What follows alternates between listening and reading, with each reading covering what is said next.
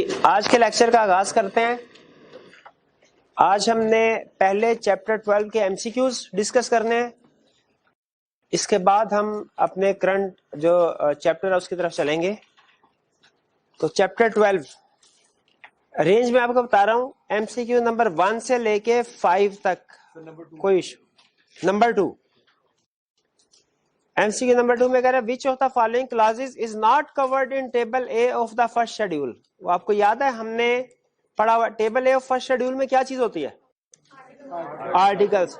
और क्या आपको याद है हमने आर्टिकल्स के कंटेंट्स पढ़े थे कि आर्टिकल्स में क्या क्या चीजें मेंशन की जाती है? बताइए। उसमें प्रोसीड डायरेक्टर्स के बारे में डिस्कशन थी और वोटिंग पावर्स के बारे में। वोटिंग पावर भी आपको पता है, वोटिंग राइट्स और डिफरेंट क्लासेस जो है आर्टिकल्स में लिखे जाते हैं, तो इसका भी जिक्र होता है। प्रॉक्सी, एनुअल रिटर्न, ये पता नहीं क्या चीज है, हमें पता ही नहीं एनुअल रिटर्न क्या होती है, लेकिन साथ ही ये भी पता है कि ये आर्टिकल्स में नहीं लिखी होती। आर्टिकल्स में जितने भी कंटेंट्स थे उसमें कहीं पे एनुअल रिटर्न था नहीं था। तो हालांकि हमें नहीं पता कि एनुअल रिटर्न क्या चीज है, लेकिन उसने ये पूछा भी नहीं क्या चीज है। उसने तो ये पूछा है आर्टिकल्स में इंक्लूड किया जाएगा कि नहीं इसे, तो इसे नहीं किया जाएगा। तो करेक्ट ऑप्शन उसने यही पूछी थी कि कौन सी इसमें से आइटम ऐसी है जो आर्टिकल्स में मेंशन नहीं होगी, तो वो एनुअल रिटर्न है, डी ऑप्शन।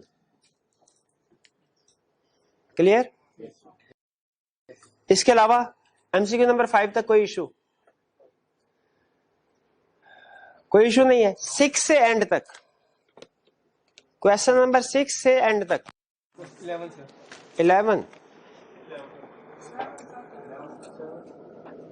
11 में कह रहा है, अच्छा 11 का पार्ट सी है ना, सी इसके एंड में है मेंबर्स एंड दरमियान article association form a contract between the members and the company. इस पे फुल स्टॉप लगा दे, इसके आगे वाली अल्फाज काट दीजिए, ठीक है? वहां वो डुप्लीकेशन हो रही है। अब देखिए, कह रहा है article in relation to company article which of the following is incorrect. हमने इनकरेक्ट वाली ऑप्शन को सिलेक्ट करना है, करेक्ट वाली को नहीं। The articles of association set down the internal regulations of a company. सही कह रहा है। तो अगर ये स्टेटमेंट सही है तो इसका मतलब हमने इसको सिलेक्ट नहीं करना।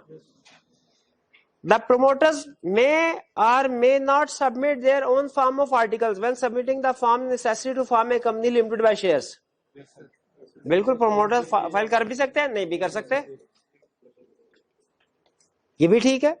सी articles of association form a contract between members and the company. ये एक तरह से एग्रीमेंट होता है, कॉन्ट्रैक्ट होता है, और आपको पता है ये अंडरटेकिंग भी देते हैं कि हम इसको अवॉइड करेंगे। वो मेमोरेंडम में क्लास होती है, अंडरटेकिंग क्लास। तो ये एक तरह से कॉन्ट्रैक्ट है मेंबर्स और कंपनी के दरमियान में। क्या इस कॉन्ट्रैक्ट की कोई भी टर्म को आउटसाइडर इन्फोर्स करवा सकता है? नहीं करवा सकता। डी आर्टिकल्स ऑफ एसोसिएशन में भी चेंज बाय ऑर्डिनरी रेजोल्यूशन। कभी भी नहीं, आर्टिकल स्पेशल रेजोल्यूशन। तो ये गलत है, इसी को हमने ढूंढना था, इसी को सेलेक्ट कीजिए। और कोई question? 7 for registered office clause the province or part of Pakistan not forming part of province shall be mentioned. सही कह रहे हैं कि प्रोविंस या पार्ट ऑफ द प्रोविंस, जो कि sorry part of the Pakistan which is not part of the province, वो mention किया जाएगा। इसकी क्लासिक एग्जांपल क्या बताई हुई है आपको? इस्लामाबाद। ये किसी भी सूबे का हिस्सा नहीं है, लेकिन पाकिस्तान का हिस्सा है। For example, if the company proposes to have a registered office in Islamabad, they will write in their memorandum that registered office will be situated in province of Sindh। Sindh का हिस्सा थोड़ी है। Registered office will be situated in province of Punjab, Punjab का हिस्सा भी नहीं है। The registered office will be situated in Islamabad।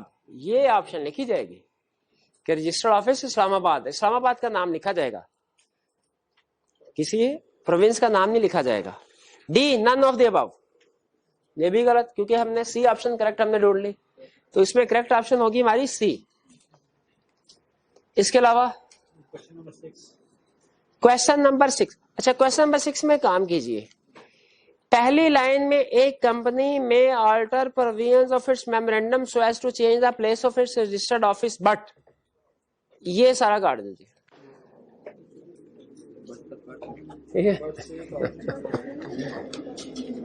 But समेत BUD बट, हाँ जी, BU डबल डी नहीं।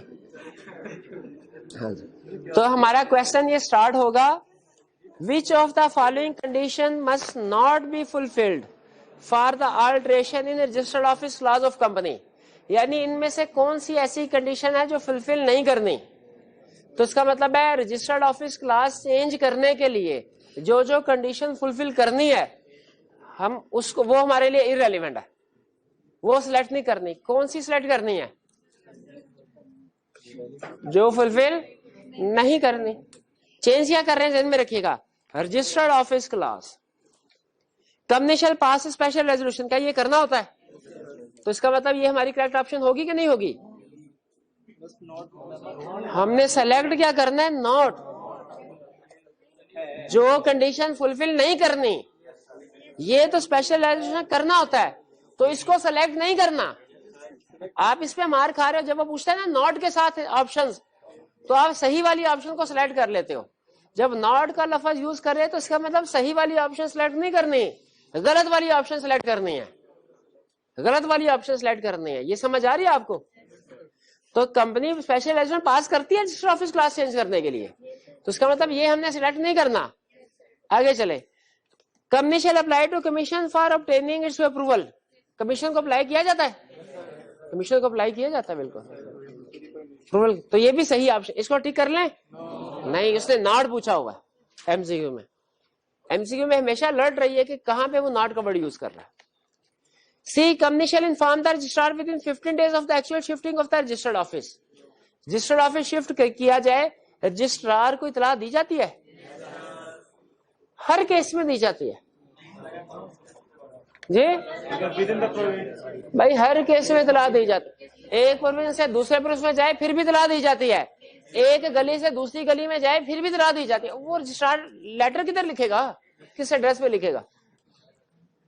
रजिस्ट्रार। तो ये भी ठीक ऑप्शन है, तो इसका मतलब है बाकी ऑटोमेटिकली डी गलत होगी, लेकिन फिर भी हमने सीखना है कि डी क्यों गलत है।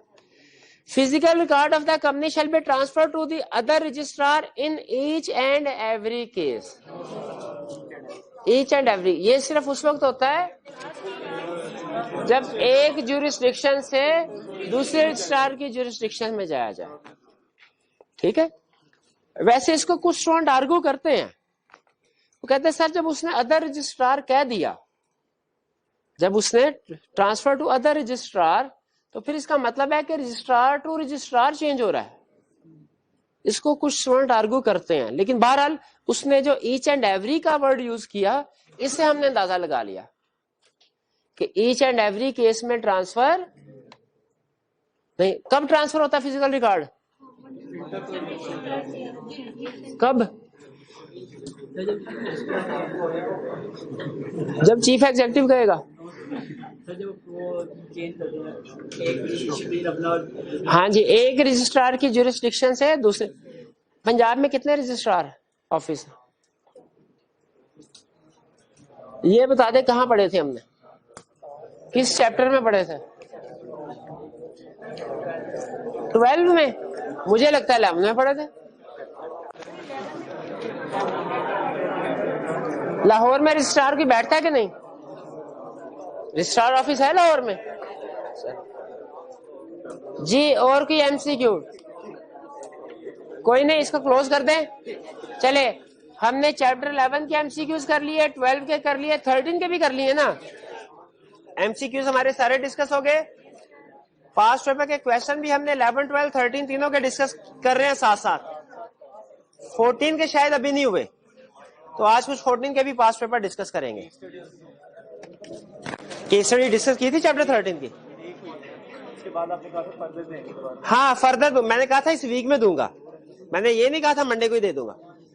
ठीक है, केस स्टडी फर्दर देनी है मैंने, लेकिन मैंने क्या कहा था, इस वीक में दूंगा, मंडे को नहीं कहा था। चलिए भाईजान, ये इसके बारे में क्लासेस होंगी नहीं होंगी, कैसे होंगी, ये सारा कुछ मैनेजमेंट बताएगी आपको। मैं टीचर हूँ, हमें वो जैसे कहेंगे पढ़ाना है हम वैसे पढ़ाएंगे, हमें कोई टेंशन नहीं है। हमारे लिए फिजिकल वैसे जो है वो ज्यादा बेहतर, क्योंकि 2 वे टीचिंग होती है। हाँ, खाली क्लास में आके लेक्चर पढ़ाने का वो मजा नहीं आता, लेकिन बहरहाल फिर भी वो जाहिर है अपने हर टीचर अपने एक्सपीरियंस से उसको अंदाजा होता है कि स्टूडेंट किस किस जगह पे फंसते हैं, किस कंसेप्ट को ज्यादा एक्सप्लेन करने की जरूरत है, किसको नहीं। बल्कि आपने शायद नोट किया होगा, बाज़ औक़ात मैं लेक्चर के दौरान में कोई क्वेश्चन तो नोटिंग कर रहा होता हूँ, तो ये क्वेश्चंस आप लोगों को मैं नोट कर रहा हूं तो कि किस कंसेप्ट में स्टूडेंट कौन सा क्वेश्चन पूछते हैं, और हर टीचर इस तरह करता है। उसे कुछ क्लास में नोट करते हैं, कुछ बाद में क्लास के बाद नोट करते हैं, तो उन्हें अंदाजा होता है कि स्टूडेंट जो है किस जगह पे क्या क्वेश्चन पूछते हैं, तो अपने लेक्चर में उन चीजों को बिल्ट इन कर लिया करते हैं। ठीक है, लेकिन बहरहाल जैसे कॉलेज की मैनेजमेंट डिसाइड करेगी तो हम वैसे तैयार, क्या हो किया जा सकता है, नौकर की नखरा की। जी, तो एमसीक्यूज जो है एंड चैप्टर। चलिए अब चलते हैं हम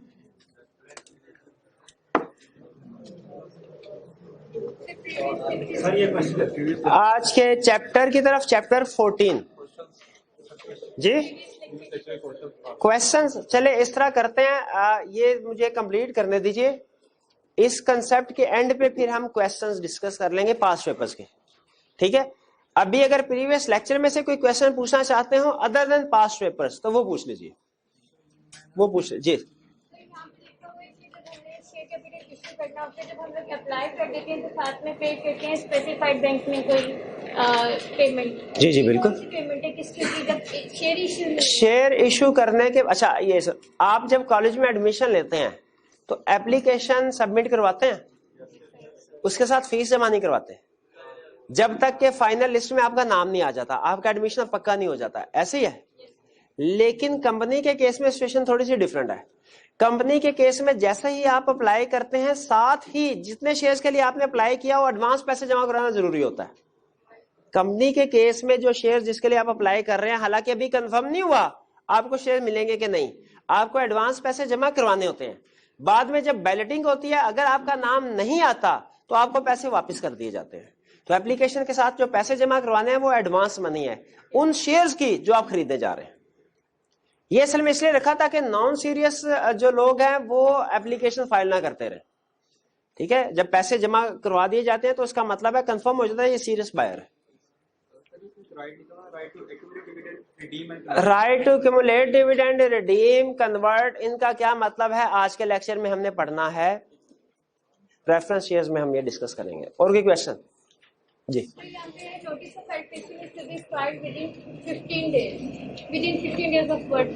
notice of alteration is to be filed within 15 days of resolution. Registrar को इंटीमेट करना होता है ना, जो भी स्पेशल रेजोल्यूशन पास हुई हो, रजिस्ट्रार को इंटीमेट करना है कि नहीं करना। Authorise share capital class change हुई, ये शेयर कैपिटल क्लास ही कंसेप्ट है, तो क्या रजिस्ट्रार को नोटिफाई करना चाहिए? कितने दिनों में? 15 दिन। किसके 15 दिन में? रेजोल्यूशन पास होने के 15 दिन में। हाँ, मेमोरेंडम और आर्टिकल्स फाइल वो बाद में होता रहता है, 30 दिन में उसके लिए टाइम पीरियड है। और कोई क्वेश्चन? आपका क्वेश्चन था जी। 273 पे स्टडी टिप है लास्ट में, वो क्या है?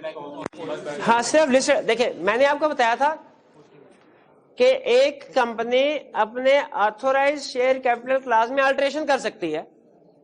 कितने तरीके? 4 तरीके मैंने आपको समझाए थे। पहला तरीका था इंक्रीज, यानी 500 से 700 पे चले जाओ। दूसरा तरीका था कैंसिल कर दे, 500 से 300 पे आ जाओ। लेकिन इसमें मैंने समझाया था जब 500 से 300 उतना आप शेयर कैपिटल कैंसिल कर सकते हैं जो अभी जनरल पब्लिक ने नहीं उठाया, जो पेड अप नहीं है, जो इशूड एंड पेड अप नहीं है, वो कैंसिल कर सकते हैं। अगर एक कंपनी का ऑथोराइज शेयर कैपिटल 500 मिलियन है, issued and paid up 300 million है, तो कंपनी 500 से 300 पे आ सकती है, 250 पे नहीं आ सकती। 250 पे क्यों नहीं आ सकती? क्योंकि जो 300 से नीचे वाला है वो तो इशू और पेड अप हो चुके हैं। अब ये थोड़ी है लोगों के हाथ में शेयर और आप इधर कैंसिल कर दें, ये नहीं कर सकते। तो अनइश्यूड शेयर कैपिटल को कैंसिल किया जा सकता है, इशूड को नहीं। लेकिन एक एक्सेप्शन है, लिस्टेड कंपनी अगर चाहे तो इशूड शेयर कैपिटल को भी बाय कैंसिल कर सकती है। लेकिन कैसे करती है? बाय बैक करके, यानी वो शेयर होल्डर से कहती है जी आप अपने शेयर मुझे ही बेच दें। नॉर्मली शेयर रिडीमेबल नहीं होते, लेकिन लिस्टेड कंपनी को कमीशन ने एक सूरत में एक्सेप्शन दी है, पावर दी है कि अगर वो चाहे तो जनरल पब्लिक से शेयर्स को बाय करे, इसे कहते हैं बाय बैक, और फिर इसको कैंसल कर दे। फिर वो 500 से, हालांकि 300 शेयर इशू शेयर कैपिटल था, वो 250 पे भी आ सकती है। शर्त क्या है? 50 मिलियन पब्लिक से बाय बैक करने होंगे। लेकिन ये कौन सी कंपनी कर सकती है? सिर्फ लिस्टेड कंपनी। किसी जमाने में हमारे सिलेबस में इसकी कंडीशन होती थी कि कमीशन ने इसको जो इजाजत दी है वो किन कंडीशंस को सामने रख के इजाजत दी है। अब वो हमारे सिलेबस में नहीं है जी। और कोई क्वेश्चन? यहाँ पे share is form of property carrying rights and obligation. यहाँ पे लफ्ज प्रॉपर्टी से क्या मुराद है ये बताएं? Land and building? नहीं, लैंड एंड बिल्डिंग नहीं है, एसेट, सासा। ये बताया था आपको, लॉ में प्रॉपर्टी का मतलब होता है सासा, एसेट। तो जिस तरह हर एसेट, जैसे आपकी गाड़ी, आपकी मोटरसाइकिल है, उसके राइट, आपके पास उसके राइट्स हैं। क्या राइट है? हाँ, आपके नाम पे, आप जिधर मर्जी घुमा के उड़ाते जाए उसको, ये राइट है। लाइबिलिटीज भी है कोई? अगर हर साल अगर वो आपके टैक्स अदा करना होता है, गाड़ी पे टैक्स अदा करना होता है, मोटरसाइकिल पे मेरा हाल नहीं होता। हाँ, लाइफ टाइम, लेकिन वो भी लाइबिलिटी अगर ना पे किया हो लाइफ टाइम वाला। गाड़ी पे एनुअली होता है, एनुअली टोकन टैक्स। तो हर एसेट पे जिस तरह राइट और लाइबिलिटी होती है, उसी तरह शेयर्स पे भी कुछ राइट्स हैं, कुछ लाइबिलिटी है। क्लियर हुआ मेरे भाई जी? और ये जो मेरे भाई एंड में बैठे हैं, भैया आप बताइए, आप इस बात से सहमत हैं कि शेयर्स के साथ कुछ राइट्स भी होते हैं, कुछ लाइबिलिटीज भी होती हैं? मेरे भाई बताइए, लाइबिलिटीज क्या होती हैं? शेयर पे क्या लाइबिलिटी होगी? क्या लाइबिलिटी होगी मेरे भाई? ये हाल है, ये है लॉ हमारा, वो हो गया लॉ जी। भाई आप बताइए, भाई जो पढ़ी जा रहे हैं, पढ़ी भाई, इतना ना पढ़े यार, खुदा, इतना मुश्किल सवाल नहीं है। बताइए, शेयर्स पे लाइबिलिटी क्या होती है? अगर fully paid, unpaid amount of shares held by them तक लाइबिलिटी होती है ना। फुली पेड है तो कोई लाइबिलिटी नहीं होगी, पार्टली पेड है तो अनपेड अमाउंट जितनी होगी, शाबाश ने। और जी आप बताइए, राइट्स क्या होंगे शेयर्स पे? राइट्स क्या होंगे? राइट टू रिसीव डिविडेंड होगा, वो डिविडेंड रिसीव करेगा जो शेयर होल्डर है, वो जनरल मीटिंग में जाके मीटिंग अटेंड करेगा, वोट कास्ट करेगा, वोट करेगा, डिसीजन मेकिंग में हिस्सा लेगा, राइट इशू, बोनस वगैरह वगैरह। तो उसके शेयर्स पे राइट्स भी होते हैं, लाइबिलिटीज भी। भैया क्लियर हो गया कंसेप्ट? और की क्वेश्चन? जी जी। राइट इशू में एग्जिस्टिंग शेयर होल्डर्स को ऑफर दी जाती है, भैया मजीद शेयर इशू करने लगे हैं, पहले आपका हक क्या बताओ, खरीदते हो कि नहीं खरीदते? हाँ, नॉर्मली वो डिस्काउंट में, मतलब मार्केट में जो प्राइस होती है उससे थोड़ा कम अमाउंट पे दे। डिस्काउंट नहीं, अगर मार्केट में एक शेयर की कीमत है, फर्ज कीजिए फेस वैल्यू है 10 रुपए, लेकिन कंपनी काम कर रही है, अच्छा काम, पिछले कई सालों से प्रॉफिट हुआ, कीमत 10 रुपए से बढ़ के 16 पे पहुंच गई। तो हो सकता है जब कंपनी कहे कि जब हमने शेयर इशू करना है तो मार्केट प्राइस है 16, वो कहे चलो हम 15 रुपए में इशू करते हैं एग्जिस्टिंग शेयर होल्डर को। तो एग्जिस्टिंग शेयर होल्डर को एक इंसेंटिव नजर आएगा कि सर मार्केट में शेयर 16 का 15 का हम कंपनी से खरीदते हैं, तो अगर बेचने की जरूरत पड़ी तो मार्केट में 16 का बेचेंगे, में फायदा हो जाएगा। लेकिन याद रखें, लाजमी नहीं है कि राइट इशू हमेशा मार्केट से कम प्राइस पे, वो कंपनी की मर्जी है, डायरेक्टर की मर्जी होती है जी। चार्ज करती है तो वो तो सिर्फ फेस वैल्यू कर रही है, मार्केट में जो भी प्राइस चल रही है। कंपनी जब इनिशियली शेयर इशू करती है ना, तब फेस वैल्यू कर रही होती है। जब बाद में कंपनी चल पड़ती है तो ये डायरेक्टर्स को भी पता है कि अगर हमारी कंपनी ने अच्छा प्रॉफिट किया तो इसका मतलब है हम अपना शेयर, मार्केट प्राइस ज्यादा है तो ज्यादा पैसे भी इकट्ठे कर सकते हैं, वो फिर ज्यादा पैसे इकट्ठे करते हैं। लेकिन ये हमारे सिलेबस में नहीं है। शेयर हमारे सिलेबस में क्या है, शेयर्स को जब भी इशू किया जाएगा फेस वैल्यू पे किया जाएगा। फेस वैल्यू से शेयर को कम या ज्यादा पे भी इशू किया जा सकता है, वो हमारे सिलेबस में नहीं है। वो तो राइट इशू का उन्होंने कंसेप्ट पूछा, क्वेश्चन पूछा तो मैंने एक्सप्लेन कर दिया, ठीक है। वरना हमारे सिलेबस में सिर्फ इतना ही कंसेप्ट है कि शेयर को जब इशू किया जाएगा फेस वैल्यू पे, प्रैक्टिकली उसे फेस वैल्यू से ज्यादा पे भी और कम पे भी इशू किया जा सकता है। और कोई क्वेश्चन? चलिए आज के कंसेप्ट की तरफ चले। आज हम स्टडी करने जा रहे हैं शेयर का। अच्छा, अभी तक हमने किया क्या स्टडी वाला? शेयर कैपिटल क्या है, इसकी टाइप्स क्या है, authorise share capital, issued share capital, paid up share capital,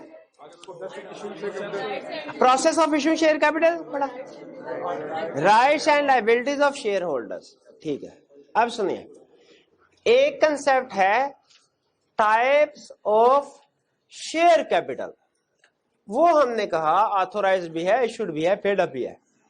एक कंसेप्ट है टाइप्स ऑफ शेयर्स। शेयर की कितने टाइप्स हैं? फिर शेयर की दो बड़ी टाइप्स हैं, ऑर्डिनरी शेयर, प्रेफरेंस शेयर। अच्छा, अगर आपसे मैं कहूं आम इंग्लिश में काइंड्स एंड क्लासेस, तो आप कहेंगे सर एक ही बात है।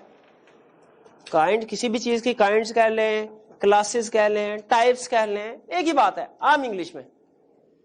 लेकिन लॉ ये कहता है कि काइंड्स ऑफ शेयर का मतलब कुछ और है, क्लासेस ऑफ शेयर का मतलब कुछ और है।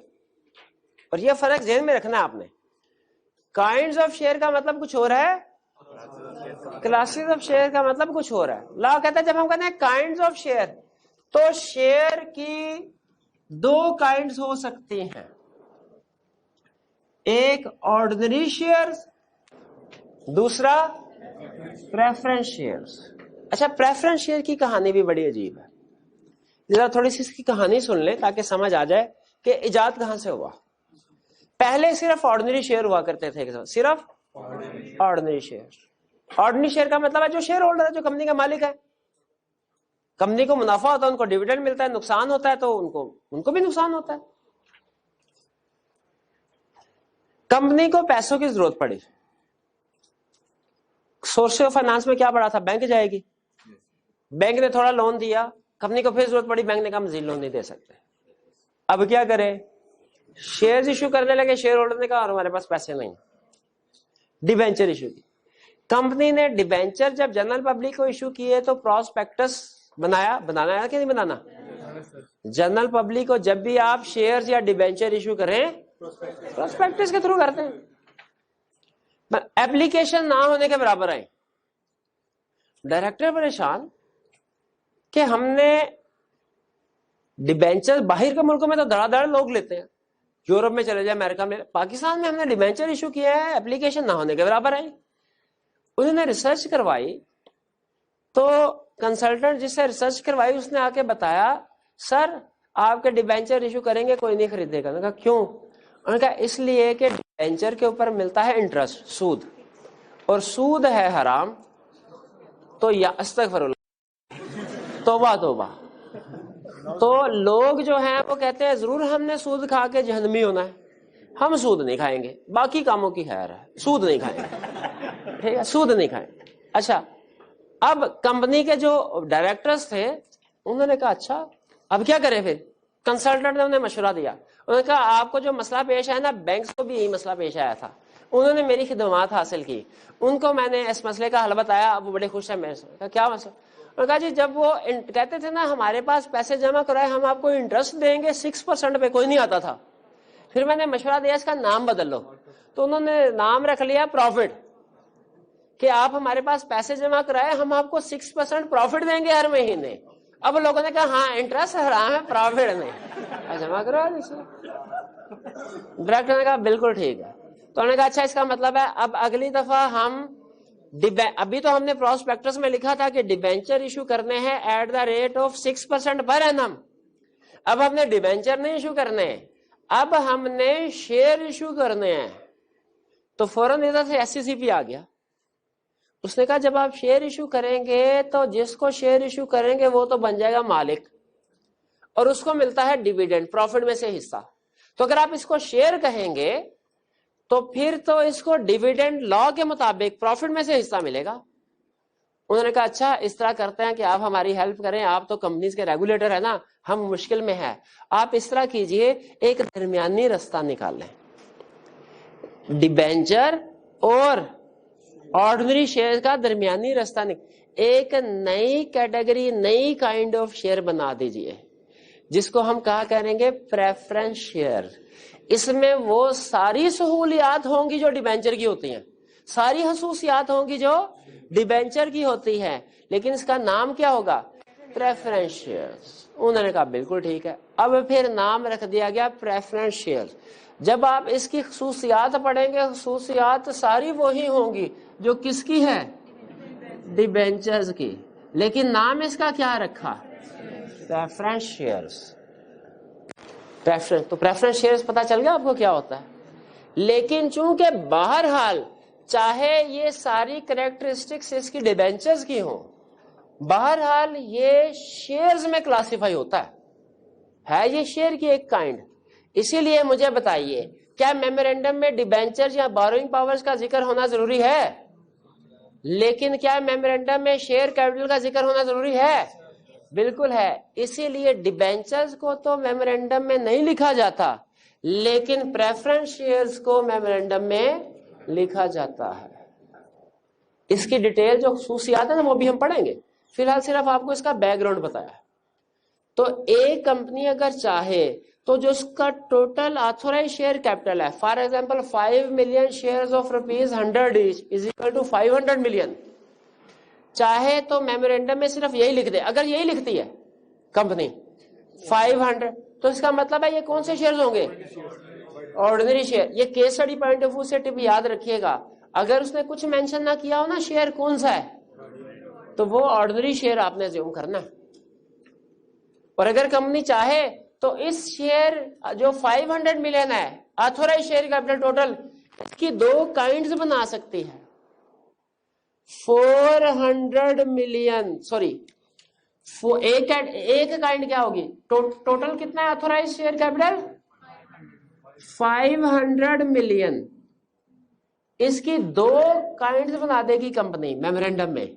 एक ऑर्डिनरी शेयर जो कितना होगा 5 मिलियन शेयर्स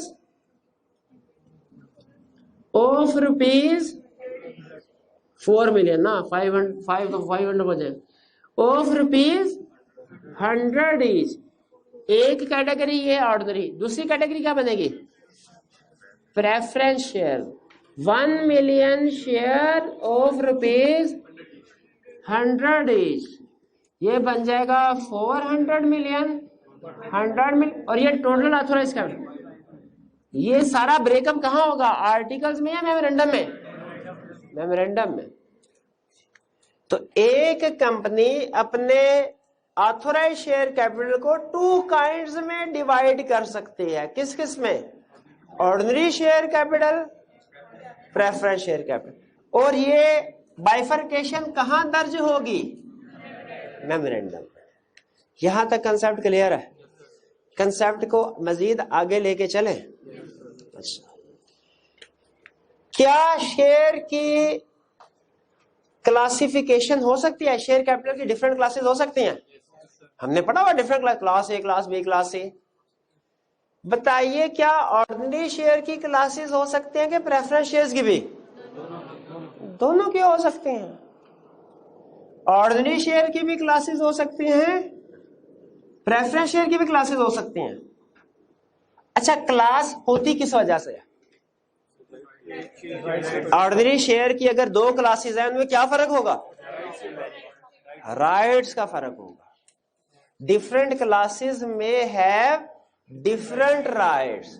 क्लास ए के राइट्स कुछ और होंगे, क्लास बी के राइट्स होंगे। इसी तरह प्रेफरेंस शेयर में क्लास ए के राइट्स कुछ और होंगे, क्लास बी के राइट्स कुछ और होंगे। ठीक। अब मैं आपको मजीद आगे चलने से पहले दोनों में डिफरेंस बताना चाहता हूं। किस में डिफरेंस भला, ऑर्डिनरी शेयर्स में और प्रेफरेंस शेयर्स में। लेकिन ज़हन में रखिएगा, प्रेफरेंस शेयर्स बेसिकली आए किस वजह से थे, वो ज़हन में रखिएगा, फिर प्रेफरेंस शेयर का कंसेप्ट समझ आएगा। पहला फर्क, ऑर्डिनरी भाई लफ्ज प्रेफरेंस है, इसका मतलब है इनको कोई ना कोई प्रायोरिटी राइट दिया जाएगा। आप खुद बताएं, जब कंपनी डूब रही हो, उसको पैसों की जरूरत है, और ऑर्डिनरी शेयर होल्डर ने मजीद कहा हमारे पास और पैसे नहीं है कि हम फर्दर शेयर खरीदें, और किसी इन्वेस्टर के पास जाते हैं, वो अपनी बातें मनवाता है कि नहीं मनवाता? वो अपना आपको कोई बेहतर पोजीशन पे लाने की कोशिश करता है। तो प्रेफरेंस शेयर भी उसी लिए गए थे ना इनके पास, कि भाई पैसों की जरूरत थी। उन्होंने कहा पैसे देने को तैयार हैं, लेकिन हमें कुछ प्रायोरिटी राइट चाहिए, प्रेफरेंशियल राइट चाहिए। मैंने कहा ठीक है। तो वर्ड प्रेफरेंस हमें यह बताता है कि कुछ चीजें ऐसी हैं जो प्रेफरेंस शेयर्स वालों को पहले मिलेगी। प्रेफर का मतलब है ना पहले आना, पहले मिलेगी, ऑर्डिनरी शेयर्स वालों को बाद में मिलेगी। तो ऑर्डिनरी शेयर वालों को कोई स्पेशल राइट्स नहीं मिलते, प्रेफरेंस शेयर्स वालों को प्रेफरेंस राइट मिलते हैं, प्रायोरिटी राइट्स मिलते हैं। क्या क्या पहला? अच्छा मुझे यह बताइए, जो प्रेफरेंस शेयर होल्डर होंगे, या फर्ज कीजिए ऑर्डिनरी शेयर होल्डर है, कंपनी के मालिकान, उनको पैसों की जरूरत है, इन्वेस्टर के पास गए। वो जो इन्वेस्टर होगा वो किस चीज में इंटरेस्टेड होगा? पैसों में इंटरेस्टेड होगा कि कंपनी को मैनेज करने में इंटरेस्टेड होगा? पैसों में इंटरेस्टेड होगा। ठीक है, इन्वेस्टर नॉर्मली पैसों में इंटरेस्टेड। जब हम प्रेफरेंस शेयर इश्यू करने लगे तो जिन लोगों ने प्रेफरेंस शेयर खरीदे थे उन्होंने कहा ठीक है हम खरीदते हैं, लेकिन चूंकि अब हम जरूरत के वक्त आपके काम आ रहे हैं तो पैसे जरूरत के होते हैं, हमें फायदा भी दीजिए। क्या कि आज जब कभी साल के एंड पे प्रॉफिट होगा ना, हर साल प्रॉफिट होता है ना कुछ, कभी थोड़ा कभी ज्यादा, आपने पहले डिविडेंड हमें देना है, बाद में ऑर्डिनरी शेयर्स वालों को। उन्होंने क्या ठीक है एग्री कर लिया। तो प्रेफरेंस शेयर वालों को पहला प्रायोरिटी राइट या प्रेफरेंशियल राइट कौन सा मिलेगा? डिविडेंड। अच्छा ये कैसे पता चलेगा इनको कितना डिविडेंड देना? फिक्स होगा। क्या शेयर्स पे डिविडेंड फिक्स हो सकता है? ऑर्डिनरी पे नहीं होता, प्रेफरेंस पे होता है। ये तो हो गया हर साल जो डिविडेंड मिलेगा इनको प्रायोरिटी राइट होगा। फिर उन्होंने कहा अगर कभी कंपनी लिक्विडेट हो गई, वाइंड अप हो गई, तो क्या होता है? आपको पता है जब कंपनी वाइंड अप होती है तो क्या होता है? कंपनी के सारे एसेट्स बेच के लायबिलिटीज को पे किया जाता है। अभी कैफ लेवल पे, जब सीफैप लेवल पे पहुंचेंगे ना तो आप ये सीखेंगे, लायबिलिटीज को पे किया जाता है तो पहले लायबिलिटीज की लाइन लगाई जाती है। पहले ये लायबिलिटी पे होंगी, फिर ये होंगी, फिर ये होंगी। गवर्नमेंट के ड्यूज सबसे पहले पे होते हैं, फिर सिक्योर डेट पे होते हैं, फिर वो बाद में पढ़ेंगे। सिर्फ ये जहन में रखिए तरतीब होती है। तो जब डेट सारे पे हो जाएंगे, लायबिलिटी बारी आएगी शेयर होल्डर को पे करने की, तो गैस कीजिए पहले किसको पेमेंट की जाएगी? Preference share holder. फिर जो बचेगा वो ऑर्डिनरी शेयर होल्डर को दिया जाएगा। इसका मतलब है रूटीन में हर साल जो डिविडेंड डिस्ट्रीब्यूट होगा इसमें भी इनका प्रायोरिटी राइट होगा, पेमेंट पहले को। और जब कंपनी वाइंड अप होगी तब भी इनका प्रायोरिटी राइट होगा। अच्छा बताइए, ऑर्डिनरी शेयर होल्डर आसानी से मान गए होंगे? भाई बिजनेस का असूल है गिव एंड टेक।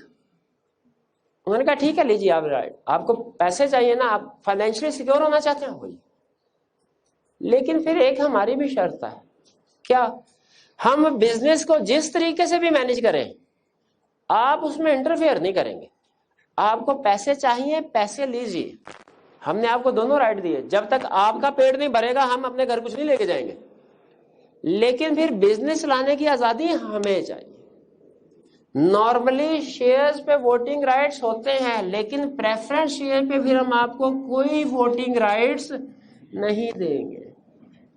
इसका मतलब ये हुआ कंपनी को चलाने के लिए जो फैसले होंगे कौन करेगा? और ये कहां करते हैं फैसले? जनरल। तो right to receive notice, right to attend general meeting, right to vote, ये किसके पास होगा? याद रखिएगा प्रेफरेंस शेयर्स वालों को नॉर्मली वोटिंग राइट्स नहीं मिलते, ऑर्डिनरी शेयर होल्डर्स वालों को वोटिंग राइट्स मिलते हैं।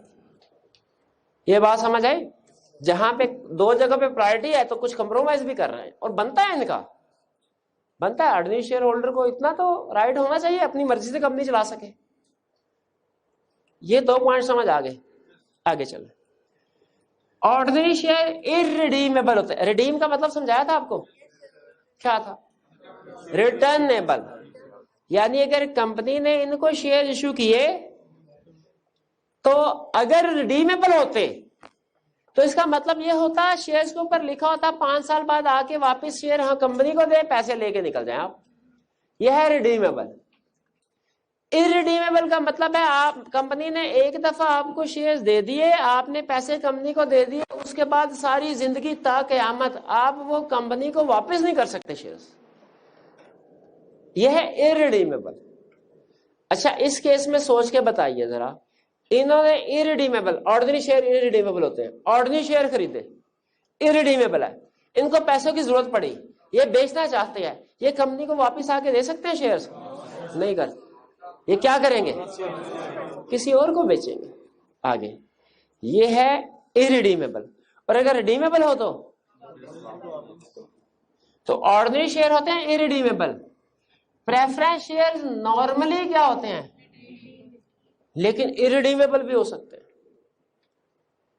अब सुनिएगा जरा, प्रेफरेंस शेयर जब इशू किए जाते हैं तो इनकी टर्म्स एंड, देखिए डिबेंचर जब इशू किया जाता है इसकी टर्म एंड कंडीशन लिखी होती है ना इसके ऊपर, कितने सालों के लिए इशू किया जा रहा है, रेट ऑफ इंटरेस्ट क्या होगा, इंटरेस्ट की पेमेंट मंथली होगी, क्वार्टरली होगी, हाफ ईयरली होगी, अगर सिक्योरिटी वगैरह उसका भी जिक्र होता है।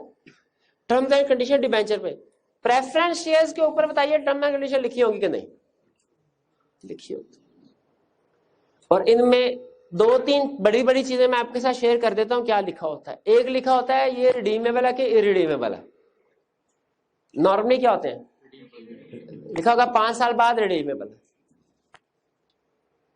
अगली बात क्या लिखी होगी, अगर रिडीमेबल है प्रेफरेंस शेयर तो लिखा होगा 5 साल बाद जब शेयर होल्डर लेके आएगा तो उसे पैसे देने हैं या के बदले में इक्वल अमाउंट के ऑर्डिनरी शेयर देने हैं, या कि उसे ऑप्शन देनी है, दोनों में से जो मर्जी ले लो, चाहे कैश ले लो चाहे ऑर्डिनरी शेयर ले लो।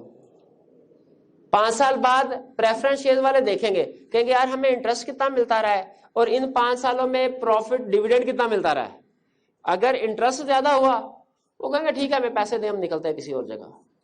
और अगर डिविडेंड ज्यादा हुआ तो 5 साल बाद क्या कहेंगे, कहेंगे हमें ये ऑर्डिनरी शेयर्स में कन्वर्ट कर दो।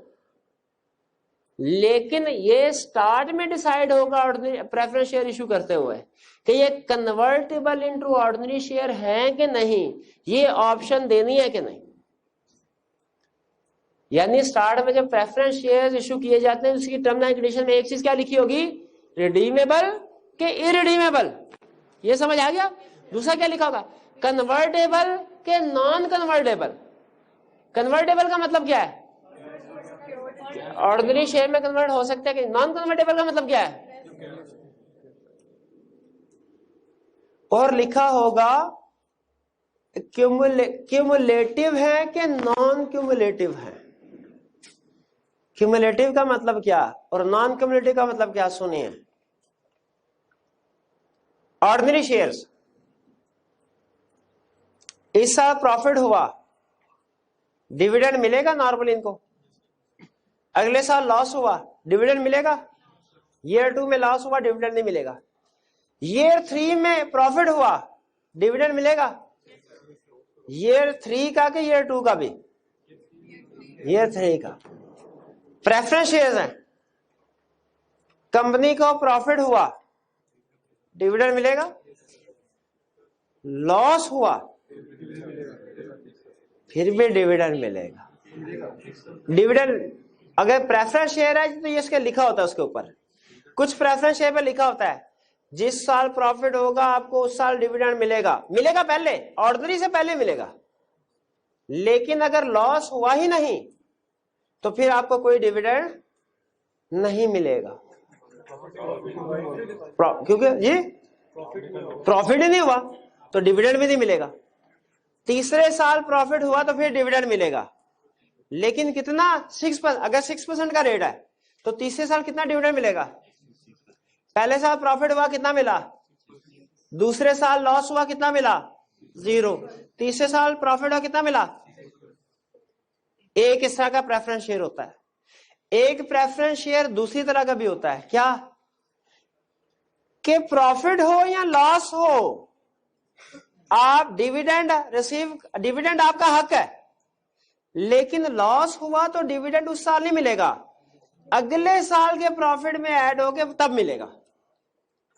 यानी पहले साल प्रॉफिट हुआ, डिविडेंड कितना मिला 6%, दूसरे साल लॉस हुआ, डिविडेंड कितना, तीसरे साल बहुत ज्यादा प्रॉफिट हुआ, डिविडेंड कितना मिलेगा 6 + 6 = 12%। 6% इस साल का, 6% पिछले साल।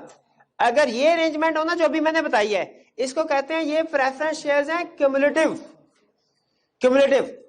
और अगर ये हो कि लॉस हुआ तो कोई डिविडेंड नहीं, डिविडेंड गया उस साल का, तो इसको कहते हैं नॉन क्यूमुलेटिव। तो आप बताइए, अगर आपने प्रेफरेंस शेयर बाय करना है किसी कंपनी के, क्यूमुलेटिव हो तो बाय करेंगे या नॉन क्यूमुलेटिव? क्यूमुलेटिव हो तो ज्यादा बेहतर है। तो 3 टर्म्स हैं, रिडीमेबल, कन्वर्टेबल, क्यूमुलेटिव। ये समझ आ गई? ये तीनों टर्म्स बताइए, ऑर्डिनरी शेयर के लिए है, प्रेफरेंस शेयर के लिए है कि दोनों के लिए? प्रेफरेंस शेयर्स के लिए। इसका मतलब है प्रेफरेंस शेयर्स की जब क्लासिफिकेशन होगी, किस बेस पे होगी? इस बेस पे कि ये कन्वर्टेबल है कि नहीं, इस बेस पे रिडीमेबल है कि नहीं, इस बेस पे कम्युलेटिव है कि नहीं। लेकिन अगर ऑर्डिनरी शेयर की क्लासिफिकेशन होगी, क्लासेस, वो किस बेस पे होंगी? वो किस बेस पे होंगी? Right to receive notice, attend AGM, voting rights के ऊपर होगी। ठीक है, बाजुकात डिविडेंड भी होता है, डिविडेंड के राइट्स की भी बेस पे क्लासिफिकेशन कर लेते हैं कि क्लास ए और क्लास बी में से किसको पहले डिविडेंड मिलेगा। जिस तरह प्रेफरेंस और ऑर्डिनरी में पहले प्रेफरेंस की बारी आती है ना, उसी तरह ऑर्डिनरी के अंदर अगर डिफरेंट क्लासेस हो तो ये भी लिखा जा सकता है, क्लास ए की बारी पहले आएगी, क्लास बी की बारी बाद में आएगी। कुछ समझ आई? ये टेबल, ये सारी डिस्कशन जो मैंने आपके साथ की है, ये इस टेबल में लिखी हुई है। क्लियर? पढ़ लेंगे घर जाके। अभी तक की बातें सारी समझ आ गई? तो इसका मतलब है, क्या एक कंपनी की different kinds of share capital हो सकती हैं? शर्त क्या है? मेमोरेंडम में लिखा हो कि आर्टिकल्स में? क्या हर काइंड की फर्दर क्लासेस हो सकती हैं? शर्त क्या है? आर्टिकल्स में लिखा। अब एक टेक्निकल कंसर्न बताऊं आपको, केस स्टडी में काम आएगा और वैसे भी प्रोविजन को पढ़ते हुए काम आएगा।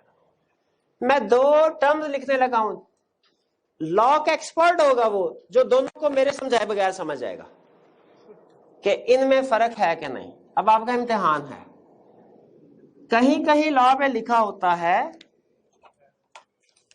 10% शेयर होल्डिंग। इस काम को करने के वही करेगा जिसके पास 10% शेयर होल्डिंग होगी। या कभी कभी लिखा होता है 10% वोटिंग पावर। बताइए दोनों सेम है या फर्क है? क्या फर्क है? जब 10% वोटिंग पावर की बात करेंगे तो इसका मतलब है सिर्फ इसकी बात कर रहा है, ऑर्डिनरी की, और 10% शेयर होल्डिंग की बात करेंगे तो कलेक्टिव की बात कर रहा होगा, कलेक्टिव की।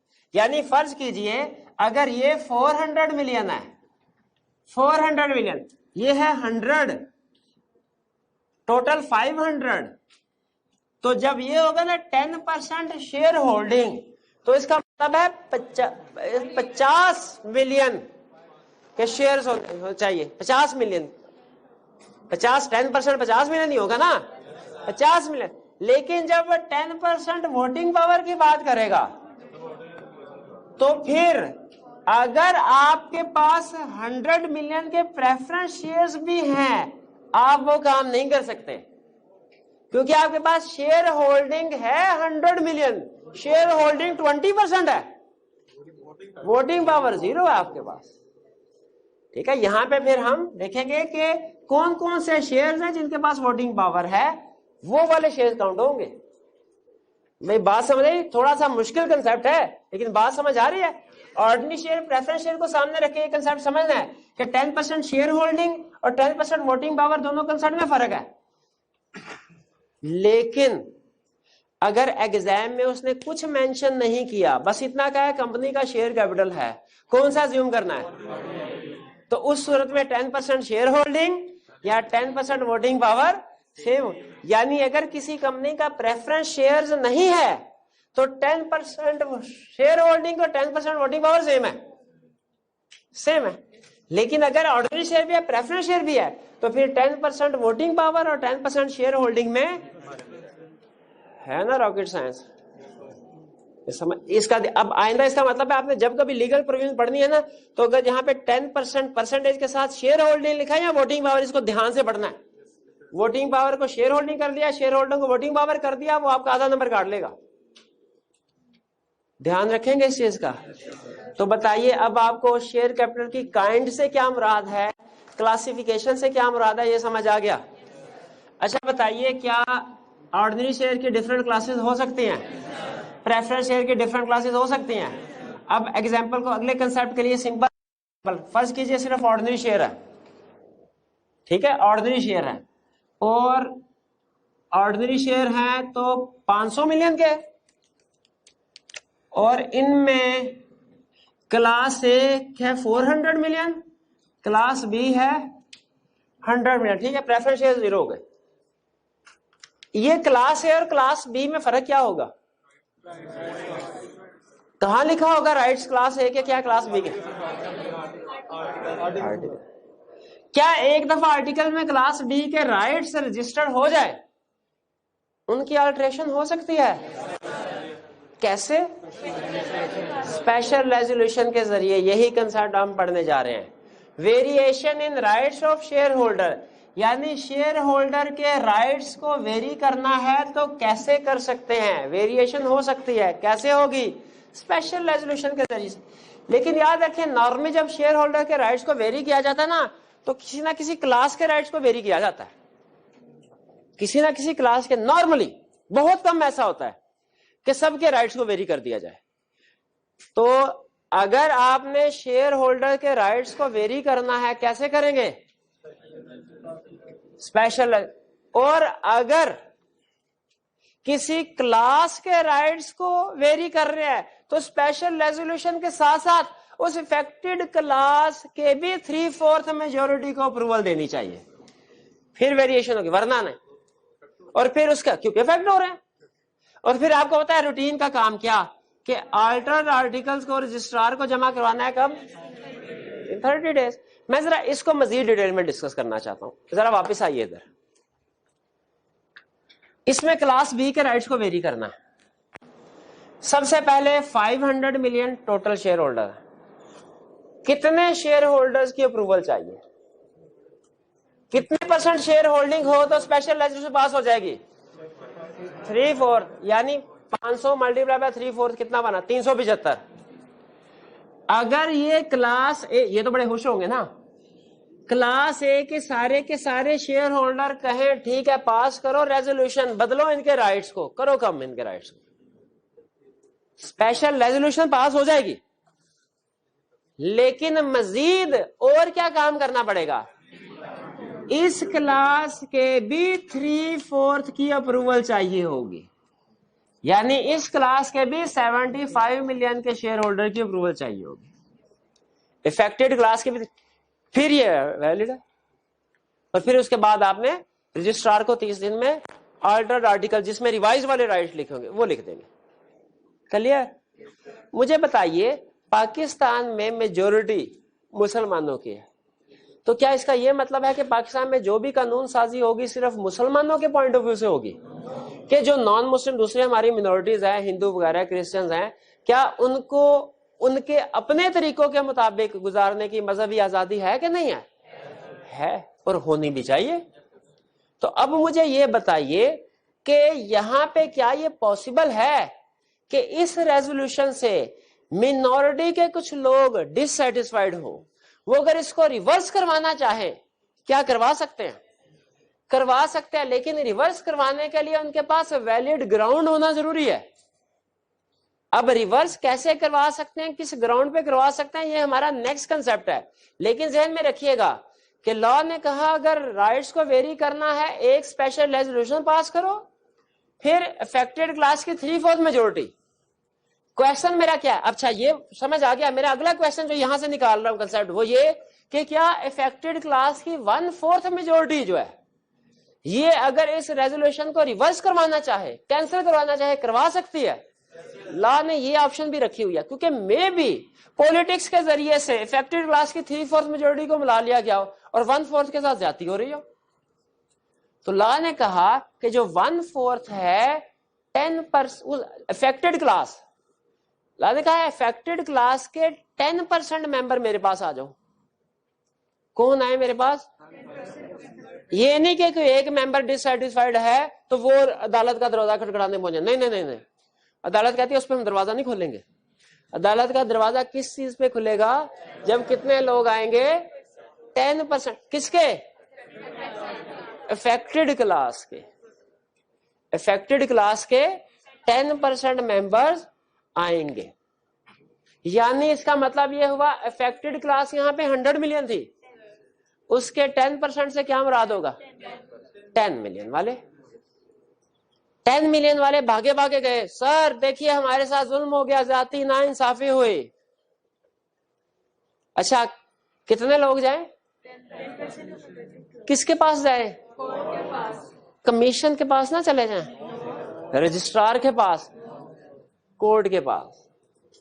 और क्या कहें? कितने दिन में? ये नहीं 2 साल बाद पहुंच जाए, नहीं नहीं होगा 30 दिन में। जाती तो फौरी तौर पे पहुंचो ना, तो 30 दिन में। फिर बताइए कौन, कितने लोग, किसके किसके पास जाना है? कब? 30 डेज ऑफ व्हाट? रेजोल्यूशन। और जाके साबित करें। क्या साबित करें? सर मटेरियल फैक्ट्स छुपाए गए थे, सर मटेरियल फैक्ट्स हमसे, ये रेजोल्यूशन पास करते हुए हमसे मटेरियल फैक्ट्स छुपाए गए थे, जो अगर हमें पता होते तो हम रेजोल्यूशन कभी पास ना करते, या इसमें हम लोगों को कंपेन इसको रिवर्स करवाते उसी वक्त। हमें पता ही नहीं, हमारे मटेरियल फैक्ट्स हमसे छुपाए गए। ये साबित कर लें, या अगर ये साबित कर दे, कोर्ट को समझ आ जाए कि ये जो चेंज किया गया है ये नुकसानदेह है इनके इंटरेस्ट में, इनके मुफाद में नहीं था, ये मेजोरिटी ने अपने मुफाद के लिए चेंज करवाया है, इनके इंटरेस्ट, इनके मुफाद में नहीं, तो फिर ये दो में से कोई एक चीज भी साबित कर लें तो क्या होगा भला? Resolution reverse. क्या चीजें साबित? कोर्ट जब रिवर्स कैंसिल करेगी इस रेजोल्यूशन को, किस बेस पे करेगी? कि अगर मटेरियल फैक्ट्स छुपाए गए हैं जो अगर उन्हें पता चलते, ये लाइन लिखना लाजमी है, मैंने तो चूंकि की पॉइंट्स लिखते हैं, जो अगर उन्हें पता चलते तो रेजोल्यूशन पास ना करवाते। और दूसरी क्या? चेंज हार्मफुल है, तो कोर्ट इसको रिवर्स करवा देगा। अच्छा यहाँ पे मर्केंटाइल लॉ का एक बड़ा इंटरेस्टिंग कंसेप्ट है, अगर आप कहें तो वो भी आपको बता दूं, 2 मिनट लगेंगे सर। अच्छा फिर अच्छा सुन लें, क्योंकि इसके बाद 2 पॉइंट दोनों आसान है कि ऑर्डर की कॉपी रजिस्ट्रार को जमा करवानी है। जब केस चलता है ना, दोनों पार्टियां, जो एप्लीकेंट डिफेंडेंट, दोनों पार्टियां जो है ना वो कोर्ट में मौजूद होती हैं। जब कोर्ट ऑर्डर पास करता है, एक कॉपी इस पार्टी को दे दी जाती है, एक कॉपी इस पार्टी को। तो बताइए रजिस्ट्रार के पास रेजोल्यूशन किसने जमा करवाई थी? कंपनी ने, कि सर ये रेजोल्यूशन पास करो। अब उसको कैंसिल करवाना है तो भी कंपनी रजिस्ट्रार को ऑर्डर की कॉपी देगी, ऑर्डर होने के 15 दिन के अंदर। भाई रजिस्ट्रार को रेजोल्यूशन पास करवाने की, अल्टरेशन की इत्तला मुझे बताइए मेंबर्स ने दी थी कि कंपनी ने? तो अब अगर कोर्ट ने रिवर्सल का ऑर्डर पास किया है तो ये ऑर्डर भी रजिस्ट्रार को, कोर्ट की ऑर्डर की कॉपी कौन देगा? कितने दिन में? 15 दिन में। और अगर फर्ज कीजिए अफेक्टेड क्लास नाकाम हो जाती है तो उसको फिर नाकाम ही समझें। क्या वो सुप्रीम कोर्ट में जा सकती है? नहीं, यही पे बात कह रहा है, कोई decision of court shall be final, कोई अपील फाइल। क्लियर हो गया है? 2 मिनट वाली बात रह गई। अच्छा बताइए वो बात किस चीज पे मैं बता रहा था आपको? इस पे कि मटेरियल फैक्ट्स वर कंसील्ड, अगर जो उस वक्त पता होते उसने ये नहीं लिखा सिर्फ कि मटेरियल इफेक्ट्स वर कंसील्ड, अगली बात भी लिखी, इसकी रीजन सुनने क्या है। मर्केंटाइल ये कहता है, फर्ज कीजिए इनका मोबाइल है, मैंने देखा, मैंने कहा इतना अच्छा डिजाइन इसका, इतना खूबसूरत मोबाइल, ये तो मैंने जिंदगी में नहीं देखा, क्या बेचना है इसको? हाँ बेचना है इसको, ये बड़ा खूबसूरत, मुझे बड़ा अच्छा लगा है, मैं चाहता था मेरे पास ऐसा ही खूबसूरत मोबाइल हो। तो अब ये कहते हैं कि सर ये तो मेड इन जापान है। अब मैं क्या, मैं कहा मेड इन जापान तो है, अच्छी बात है, लेकिन असल में तो मैं इसे इंप्रेस हुआ हूं, तो मुझे बताओ कि इन्होंने कहा सर लाए 50,000, मैंने 50,000 दे दिया। 2 दिन बाद मुझे पता चला कि ये मेड इन चाइना का था। अब मैं इस बेस पे जाके कि इन्होंने मेरे से झूठ बोला और मेड इन जापान कह के मेड इन चाइना बेच दिया, कॉन्ट्रैक्ट को कैंसिल करवा सकता हूं? कोर्ट कहता है हालांकि इन्होंने आपसे झूठ बोला, लेकिन आपने जो फैसला किया था वो इनके झूठ की बेस पे नहीं किया था, नहीं किया था। हाँ जी, आपने उसको इग्नोर कर दिया था, अब आप ये कैंसिल नहीं करवा सकते। अब फर्क सुनिए, मैं मिसाल मैंने आपको क्यों दी। अगर मटेरियल फैक्ट छुपाए गए थे, लेकिन मटेरियल फैक्ट ऐसे थे कि जो अगर उन्हें पता चल भी जाते उन्हें फर्क ना पड़ता, कोर्ट उस बेस पे ऑर्डर कैंसिल नहीं करेगी। किस बेस पे करेगी? अगर मटेरियल फैक्ट छुपाए गए थे जो अगर उन्हें पता चलते तो वो रेजोल्यूशन को कैंसिल करते। ठीक है, इसलिए एग्जाम्पल बताने का मकसद ये था कि आप अगली लाइन लिखना ना भूल जाए इसके बाद, which if had been known to them would have caused rejection of resolution। ठीक है, ये लाइन लिखनी। क्लियर हो गया? आज हमने क्या सीखा? आज हमने शेयर कैपिटल की काइंड सीखी, दो काइंड्स की फर्दर क्लासेस देखी, किस बेसिस पे बनती है, काइंड्स का खास तौर पे डिफरेंस सीखा, काइंड सीखी, काइंड्स का डिफरेंस, ऑर्डिनरी शेयर और प्रेफरेंस शेयर में क्या फर्क है। फिर इसके बाद हर काइंड की क्लासेस देखी किस तरीके से बनती हैं, और फिर अगर किसी क्लास के राइट्स को वेरी करना है तो कैसे करेंगे, और अगर इस वेरिएशन को कैंसिल करना है वो कैसे करेंगे। एग्जाम में ध्यान से रखिएगा, ये हाउ टू वेरी है राइट्स और ये how to cancel resolution. Clear हुआ?